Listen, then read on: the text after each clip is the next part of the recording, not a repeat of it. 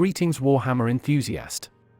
Before you stands a voice assistant of the podcast, dedicated to spreading the greater good. If you find this information useful, please do not hesitate to leave a like and subscribe. Together, we shall explore the depths of the Warhammer universe and share in its wonders.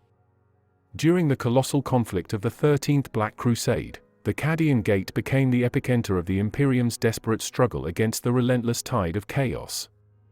The might of the Imperium was mobilized to hold the line, with Cadia acting as the last bulwark against the encroaching darkness. Yet, for all its significance, Cadia was not the only battleground where blood was shed and valor tested. Amidst the colossal onslaught at the Cadian Gate, the vast expanse of the Imperium's defenses was stretched thin, creating opportunities for the cunning and ambitious. Recognizing this vulnerability, several splinter fleets from the main Chaos Armada detached from the primary assault, embarking on a campaign of devastation across more distant star systems. In the vast expanse of the galaxy, a pivotal conflict ignited in the Agripinaa System. This system was no ordinary cluster of planets, it was home to the vital forge world of Agripinaa, a bastion of the Imperium and a cornerstone for the defenses of the Cadian Gate. Its significance was known far and wide. The planet not only fortified the defenses against the encroaching darkness, but was audacious enough to launch counterassaults deep into the Eye of Terror, the very maw of chaos. However, such prominence did not come without drawing the gaze of malevolent eyes. Abaddon, the despoiler, saw Agripinaa as a thorn in his side, a linchpin to be uprooted for his campaigns to succeed. The Forge world had been a focal point of chaos aggression in prior Black Crusades, and it was evident that its importance was recognized by both the defenders and invaders. In the period leading up to the grand onslaught that would become known as the 13th Black Crusade, insidious forces began to weave their dark webs around Agripinaa. Infiltrators slipped through its defenses, carrying with them vile plagues designed to erode the might of the Forge world from within. These plagues sowed discord, weakening the once stalwart defenses and creating chinks in the armor for the forces of chaos to exploit.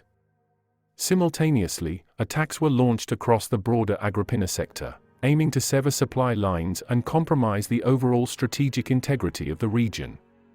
Many worlds found themselves under siege, with the pestilent Death Guard, led by the infamous Typhus, leaving a trail of devastation in their wake. Numerous other worlds were beset by rampaging chaos warbands, turning the sector into a chaotic battleground. With the sector around it teetering on the brink, the situation on Agripinaa itself rapidly deteriorated. Plague zombies, those unfortunate souls twisted by the virulent diseases unleashed by chaos, began to emerge en masse, turning the streets into arenas of horror. Rogue tech priests, corrupted and turned against their kin, sabotaged critical systems, plunging the Forge world into further turmoil. The once unified Agripinaa was fractured, as its denizens turned upon one another, civil war consuming the planet. To add to the grim tapestry, sightings of the mysterious warp ghosts were reported, further signaling the direness of the predicament. In the shadowy expanses of the Agripinaa system, a great conflict loomed. Cossalax, leading a formidable fleet, approached with dark intent. The once stalwart command ziggurats of Agripinaa had already been consumed by internal strife, while many of its mighty dockyards and naval defenses were rendered impotent by chaos cult insurrections. Simultaneously, anarchy reigned across other planets in the system, thanks to a spate of rebellions and vicious attacks. Determined to hold their ground, the local Imperial Navy and Basilica Nostra, bolstered by fleet elements from numerous Space Marine chapters, mounted a spirited defense against the oncoming onslaught of Cossalax. The vastness of space became a battleground, echoing with the sounds of destructive void warfare. The defenders fought valiantly, but the relentless tide of chaos forces broke through, landing on Agripinaa. Cossalax, in his eagerness, had risked many of his troops for a swift and devastating strike, sacrificing many of his landing crafts in the process. Upon touching Agripinaa's soil, Cossalax's legions found formidable resistance. The Adeptus Mechanicus stood their ground, supported by the Blood Angels, with the esteemed sanguinary High Priest Numitor at their helm. The protracted battle wrought havoc on the Agripinaa system.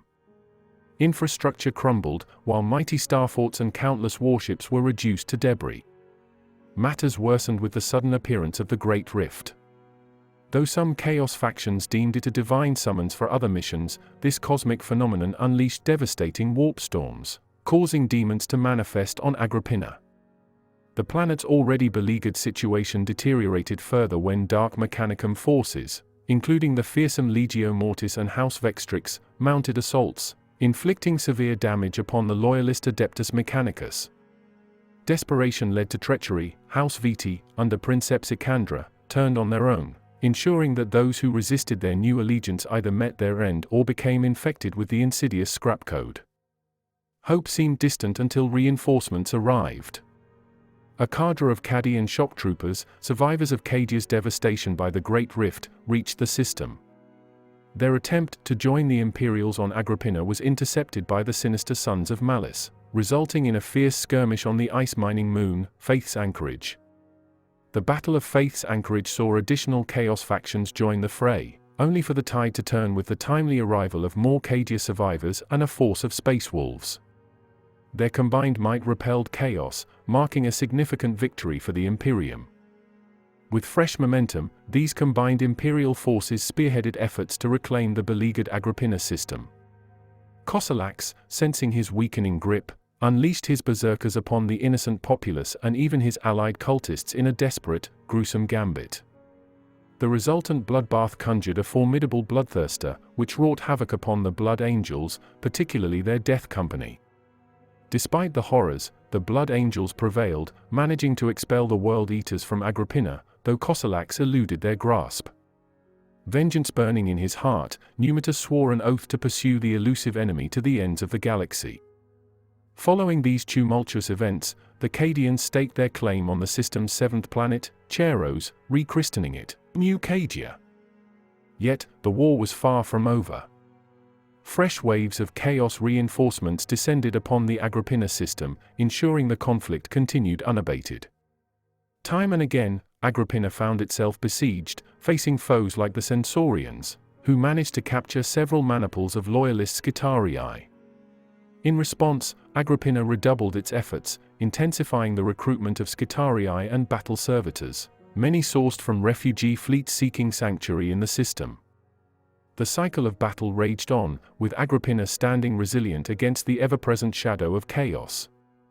Deep within the vastness of the galaxy, the planet Perlia once found itself under the ruthless invasion of an Orc war, commanded by the relentless warlord Gargash Korbel. The relentless assault was known as the First Siege of Perlia, a war that would have seen the world subjugated if not for the intervention of Commissar Siaphas Cain. A reluctant hero, Cain became a beacon of hope for the beleaguered Imperial forces. With tactical cunning, he executed what would be remembered as the March of the Liberator, successfully freeing Perlia from the Orc menace. Decades faded away, and peace prevailed on Perlia.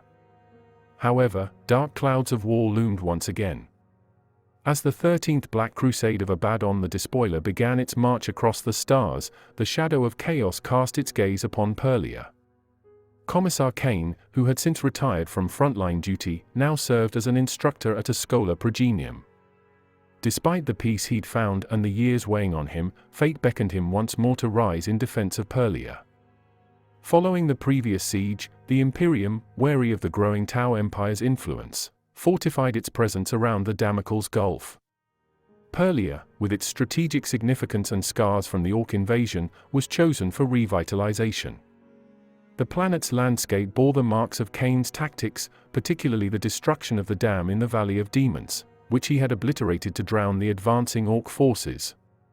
Over time, Imperial facilities, including the Schola Progenium where Cain taught, sprung up, transforming Perlia into a vital Imperial stronghold. Rumors of the Chaos tide surging near the Cadian Gate reached the planet, causing unrest. Many dismissed these tales, believing past wars had crippled Abaddon's ambitions. However, Cain, ever the realist, remained skeptical. His suspicions were confirmed with the arrival of an old ally, the rogue trader Aurelius. An agent of Inquisitor Amberley Vale, Aurelius brought dire news: a Chaos force was on a direct course for Perlia. Buried within the now-ruined dam in the Valley of Demons lay a hidden shrine, overseen by the enigmatic Adeptus Mechanicus. Beneath its hallowed chambers, a dark secret was being studied: the Shadow Light, an ancient artifact with the power to awaken latent psychic abilities. The shrine's defenses had once been compromised, not by the orcs, but by the treacherous bolts of Sisters of Battle under the mad Inquisitor Killian's command. Vale believed that Abaddon or one of his cohorts was aware of the shadow light. As the tides of chaos approached, led by the mesmerizing Varan the Undefeatable, Perlia's fate hung in the balance. Varan, known for his entrancing speeches and psychic dominance, had converted entire worlds to the will of chaos and sought to add Perlia to his collection. As war raged, the planet's leadership entrusted its defense to a triumvirate, Colonel Rawkins, Commodore Hubert Visitor, and the ever-reluctant Kane. The Commissar's image was broadcasted across the world, rallying its inhabitants to stand united against the encroaching darkness. Kane, recognizing the importance of the shadow light, embarked on a mission to the shrine. There, he met Magos Felicia Tabor, a tech priest who owed her freedom to Kane from the days of the First Siege. She insisted the artifact was immovable and perhaps indestructible. With no options left, Kane knew one thing for certain: the shadow light, and Perlia itself, had to be defended at all costs. In the cold vastness of space, the forewarned invasion of Perlia began. Chaos vessels, breaking through the fabric of the warp, met a disastrous welcome. Navigating too closely to the planet, they were ensnared in the deadly minefields placed strategically in orbit. The ensuing explosions decimated the Chaos fleet, allowing the defenders to inflict further losses. Only a fraction of the Chaos forces managed to reach the planet's surface, where they met fierce resistance from both the PDF and the rallied civilian militia.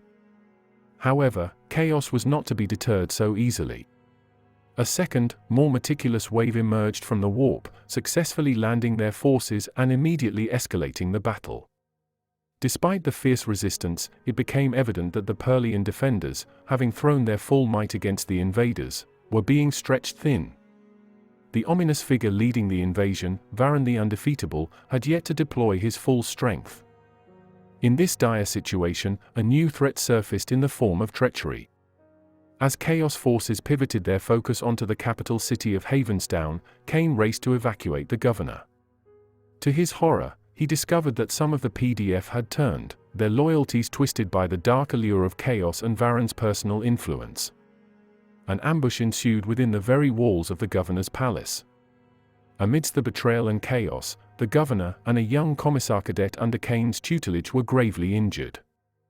In a gesture of respect and hope, Kane passed on his crimson sash, the commissar's badge of office, to the wounded cadet, recognizing his valor. Both the governor and the young commissar were captured. Under Varan's insidious influence, they were manipulated and twisted into tools of chaos. In a devastating blow to morale, the governor himself appeared on public broadcasts, urging the planet's inhabitants to surrender. However, swift action was taken. Stormtroopers were dispatched to secure the governor's niece, Illyria, and install her as the rightful governor, while Kane made a public declaration, denouncing the corrupted governor as a traitor. As the situation became graver, the strategic focus shifted to the dam at the Valley of Demons, where a fortified defense had been established around the enigmatic shrine housing the Shadow Light. A rash experiment with the artifact resulted in a portal opening, from which a demon emerged. With Yugen's assistance, Kane was able to repel the demon, but the incident inadvertently revealed their location to Varan. In a daring move, Kane initiated a parley with Varan, suggesting the possibility of surrender. This meeting, broadcasted for all to witness, soon turned hostile. Shielded from Varan's psychic abilities by Yugen's null aura, Kane engaged in a duel with the Chaos Warmaster.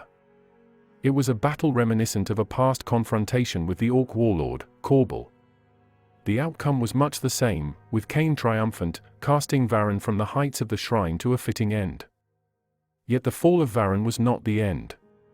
Infighting amongst the Chaos ranks began almost immediately, as commanders vied for power. However, a new, ancient threat emerged. A Necron force, awakened from a dormant asteroid mining station orbiting Perlia, appeared seemingly from nowhere. They crushed the remnants of Varan's army, and to the shock of the defenders, seized the Shadow Light. As mysteriously as they appeared, they vanished, leaving only questions in their wake. It was speculated that the shadow light was connected to the Khaitan, godlike beings worshipped by the Necrons, but its true significance remained enigmatic. Upon learning of these events, Inquisitor Amberly Vale acted promptly. She dispatched a Deathwatch team to investigate the asteroid while journeying to the shrine to inspect the chamber where the Shadowlight was once held, a room sealed by Cain until her arrival. The battle for Perlia was over, but its mysteries were far from unraveled. The Diamor Campaign was a chapter in the grim saga of the galaxy's eternal war, orchestrated by Abaddon the Despoiler during his 13th Black Crusade. Its initiation was marked by the sudden and dramatic appearance of a Chaos Space Marine armada in the Diamor System, spearheaded by the infamous flagship, the Red Honor, which bore the sinister Crimson Slaughter Legion. Commanding them was the tormented Cranon the Relentless. The Crimson Slaughter sought the planet Amethel, driven by whispers of a remedy for the haunting voices that incessantly drove them towards the edge of sanity. But the motives weren't purely personal. Abaddon, too, had dark designs for Amethel. Cranon, mired in his own madness and unpredictable in his actions, ceded operational command to the more focused Chaos Lord Zorphas. This dark strategist initiated their campaign with a swift and brutal strike on the agri-world Pyridos. Black Legion vessels, from their concealed positions within a nearby asteroid belt, unleashed a deadly barrage upon the planet, throwing the Imperial food distribution networks into disarray. Amethel was the prize, and Zorphas moved swiftly. By deploying Black Legion ships as decoys, he managed to lure away the system defense fleet and subsequently staged a diversionary assault on the world of Ireline. But this was no mere distraction. The population of Ireline was mercilessly slaughtered by the Chaos forces. As the initial stages of the invasion took shape, Cranon led a direct assault on Amethel. Braving the fierce resistance of the Adeptus Mechanicus fleet, the Chaos forces, under the guidance of their cunning fleetmaster Vorlak the Sly, breached the planet's defenses. With the odds stacked against them, the Crimson Slaughter chose to initially confront the Skitarii from Metallica on their own, keeping the formidable Black Legion forces in reserve. As the battle raged, the Crimson Slaughter harnessed the spectral entities that haunted them, unleashing these tormented spirits upon the unsuspecting Skitarii. The Word-Bearers' Dark Apostles, part of this unholy alliance, foresaw with sinister delight the imminent capture of the Gate. Meanwhile, the news of the mayhem spreading across the Diamor System reached the ears of Gordas, the Governor and Lord Admiral. Determined to stem the tide of chaos, Gordas dispatched a formidable fleet, leading to a strategic dance of evasion and pursuit with the traitorous forces. However, Zorphas had plans within plans. With the Black Legion, Crimson Slaughter, and Word-Bearers combining their might, they ensnared the industrial world of Ireline. Their victory was swift and brutal, with the southern hemisphere of the planet subjected to nuclear devastation. The world's remnants were exploited by Black Legion warpsmiths who performed dark rituals, using the unfortunate survivors as sacrifices to birth demon engines. Back on Amethel, the war intensified. The Crimson Slaughter targeted 5 major Mechanicum strongholds. They labeled them with foreboding designations: carnage, hatred, perdition, cruelty, and malice. In the midst of the fierce battles, with titans clashing and skies darkened by war machines, the most astounding event unfolded in war zone carnage. The Crimson Slaughter warriors there were imbued with an unknown, potent energy. It granted them staggering might, allowing them to demolish armored tanks with bare hands and resist the most lethal weapons. With this newfound power, the region was swiftly dominated by the forces of chaos, marking another chapter in their dark conquest. Just as the Crimson Slaughter seemed to be riding high on victory, the Blood Angels made a forceful entrance into the theater of war. Led by the indomitable Asterath, the grim and composed of select companies, these sons of Sanguinius immediately set about driving the traitors back. Yet this might not have been unanticipated, for Zorphas had a card up his sleeve. As the Blood Angels began their purging, a World Eater's fleet led by none other than Khan the Betrayer, the infamous Butcher Horde, surged into the system. This new onslaught, led by the ferocious berserkers Korbadash and Vraka, sought to drown Amethel in blood. The world soon witnessed Khan himself, a paragon of Khorne's rage, engaging with the planet's knights. Yet, not even the Betrayer was unstoppable. The Blood Angels' Death Company unleashed their own brand of fury, and in the chaos-ridden streets of Amethel, they locked horns with the Lord of Skulls. During one of the many skirmishes, Khan, caught up in a duel with the Blood Angels' chaplain Diamor, found himself ambushed by an Imperial Reaver Titan, thanks to the cunning stratagem employed by the Loyalists. The intervention of the Legio Metallica shifted the battle's tide dramatically, but the sheer numbers of the traitors ensured that the war did not tilt fully in the Imperium's favor. And just when all seemed lost, the enigmatic figure of the Sanguiner emerged, tipping the balance once again. However, despite the fierce resistance, the conflict deteriorated into a bitter deadlock. And all the while, Lord Zorphas reveled in the unfolding carnage. Hidden beneath the myriad confrontations lay Zorphas' master plan. He sought to harness the turmoil to destroy the demon cage on Amethel. Utilizing the power of a chaos artifact, the Banshee Stone, he aimed to open a vast warp rift that would engulf Diamor in a demonic tempest, extending Abaddon's ominous crimson path closer to terror. Yet the traitors didn't have things entirely their way. The Blood Angels, in a brilliant tactical move led by Captain Carlane, sabotaged their demon engine factories, the Hex Infernum, on Ireline. Not to be outdone, Zorphas made other plays across the Diamor system. The Word-Bearers, under the guidance of Dark Apostle Gorethel, initiated a sinister plot in the capital of Tormalid. Gorethel fanned the flames of rebellion, leading to an uprising by chaos-touched cultists. As mayhem spread like wildfire, many of the Imperial Navy assets stationed on the world faced annihilation by Word-Bearers' Chaos Terminators. It took the might of Carlane's First Company Honor Guard to turn the tide, saving both their assets and the endangered Gordas from the assassin's blades. Back on Amethel, Zorphas made his play. Descending upon the main excavation site, he wielded the Banshee Stone to initiate the final phase of his dark ritual.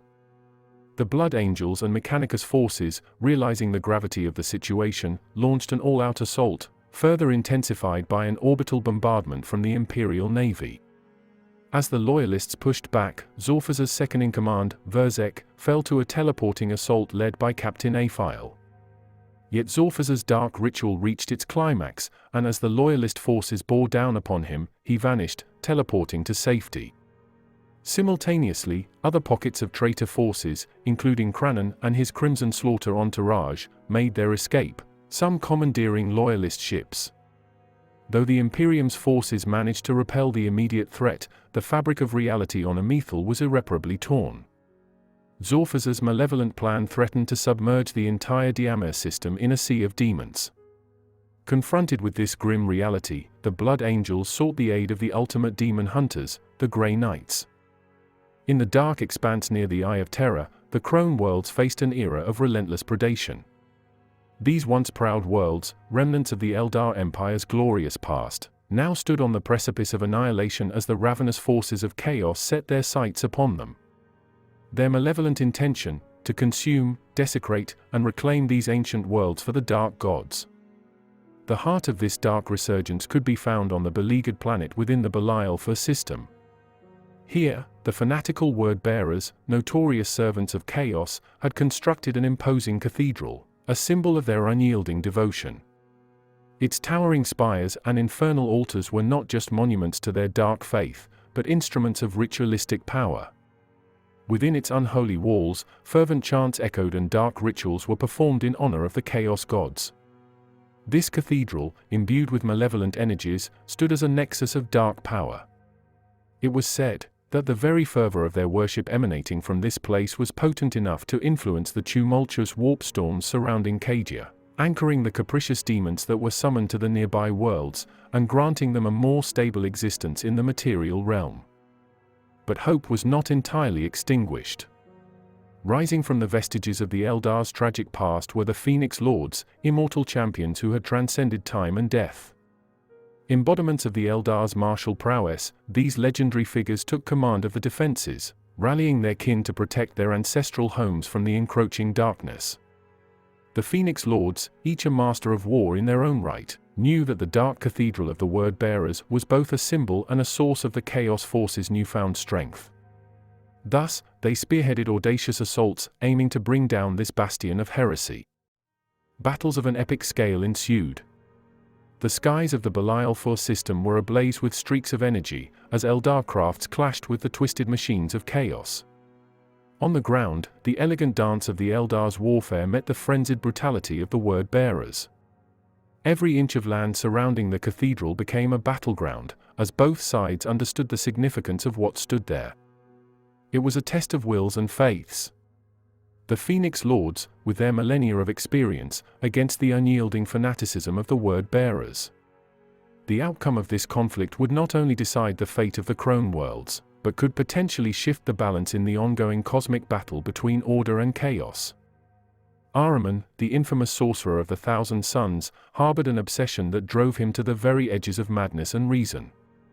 This singular obsession was to penetrate the fabled Black Library of Chaos, a vast repository of forbidden lore and arcana.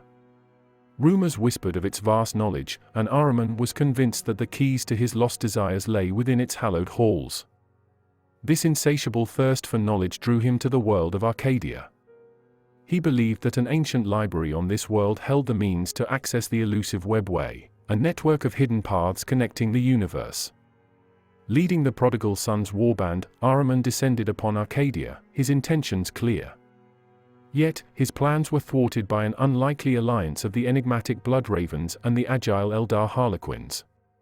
Their combined might halted Ahriman's progress and kept the secrets of the webway safe for the time being. Undeterred by this setback, Ahriman's machinations continued. A particular interest was Inquisitor Chevak, whom he believed held knowledge of a long-forgotten webway portal on Etiamnon III. Another figure that drew his attention was the demonifuge, Ephrael Stern, a former sister of battle. He believed that she held a key role in his plot to conquer the Black Library.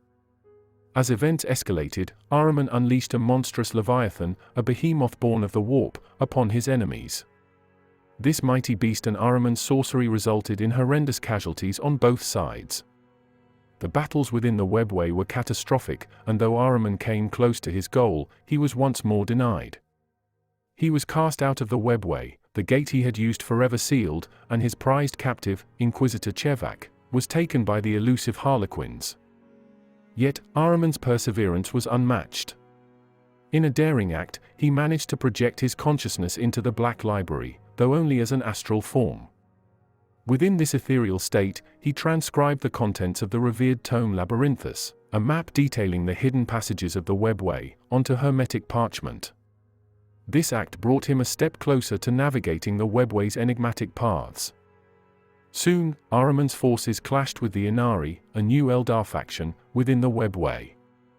During a pivotal battle, Ahriman cornered the Inari's ruling triumvirate, Ivrain, the Vizarch, and Incarn, casting them out of the webway and into the void. Facing certain doom, Ivrain showcased her ability to restore a dozen of Ahriman's Rubiki. She proposed a trade, their resurrection in exchange for their lives. In a rare moment of emotion, Ahriman agreed. But treachery was afoot, as Ivrain betrayed him, casting the restored Rubiki into an abyss. A distraught Ahriman rushed to their aid, giving the cunning Ivrain the chance to flee. Through these trials and tribulations, Ahriman's resolve only strengthened. His quest for knowledge, no matter the cost, continued to shape the destiny of the galaxy. The world of Medusa, the rugged and inhospitable homeworld of the Iron Hand Space Marine chapter, stood in the crosshairs of Abaddon's merciless campaign. For the Iron Hands, Medusa was not just a world, it was their crucible, the heart from which they drew their recruits and forged their indomitable spirit. Any threat to it was a direct challenge to the very essence of their chapter. Every resource at the Iron Hand's disposal was mobilized to defend their world. The land behemoth mobile fortress monasteries, each a testament to the Iron Hand's mastery of engineering and warfare, roared to life. These gargantuan moving fortresses, bristling with weaponry and fortified to withstand even the fiercest onslaughts, were the pride of the Iron Hands. Alongside them, the planetary defense forces, clad in their heavy armor, took positions, forming an impenetrable wall against the impending chaos onslaught. But Abaddon's forces were not to be underestimated. From the horizon, the ground shook as the Haradni 13th Traitor Guard, a vast armada of corrupted tanks and war machines, advanced. The scale of the armored clash that ensued was staggering, reminiscent of the legendary Battle of Talon. The very earth seemed to tremble beneath the weight of metal, fire, and fury. For 5 relentless days, the two forces clashed, neither side giving an inch. The Iron Hands, drawing upon their centuries of combat experience, used their mobile fortresses to devastating effect.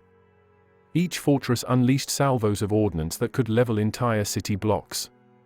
With each earth-shaking blast, hundreds of traitor tanks were reduced to smoldering wrecks. The Heradni 13th, for all their might and number, were being slowly but surely pushed back. Yet, chaos is nothing if not unpredictable. Exploiting a momentary lapse in the Iron Hands' defenses, the traitor forces executed a swift flanking maneuver, targeting the vulnerable rears of the mobile fortresses. The rear lines of the Iron Hands suddenly found themselves in a precarious situation, with enemy fire pouring in from all directions. Recognizing the direness of the situation, the Iron Hands responded with characteristic resolve.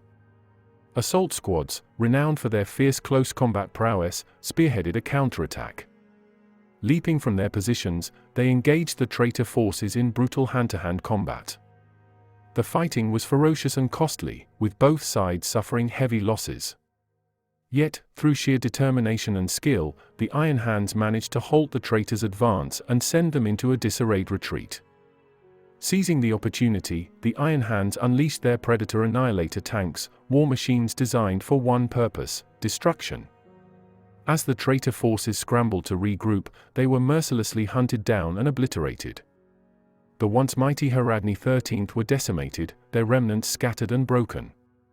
The smoke of battle began to clear, revealing a world scarred but unbroken. Medusa stood defiant, its defenders having once again proven their mettle. The Iron Hands, though battered and bloodied, had held their ground, ensuring that their sacred home would remain untarnished by the stain of chaos. In the upcoming episode, delve into the riveting tale of Robout Guilliman's resurrection, the fierce Ultramar Campaign, the relentless Terran Crusade, the monumental Battle of Lion's Gate, and the epoch-defining Indomitus Crusade. To ensure you're part of this epic journey, subscribe to our channel and ring that bell. The next chapter in the Warhammer 40k saga awaits you.